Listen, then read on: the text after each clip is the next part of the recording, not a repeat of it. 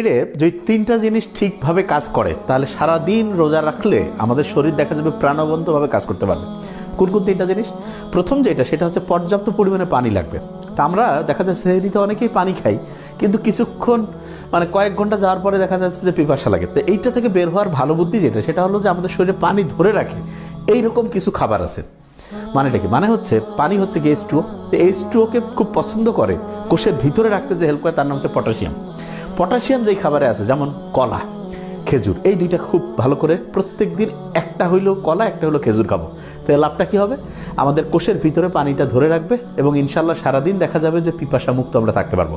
Number 2 যেটা সেটা হলো যে আমাদের শরীর যাতে সারাদিন পর্যাপ্তভাবে শক্তি পায়, যেটার উপর ভিত্তি করে আমি আমার সারাদিনের কাজগুলো করব।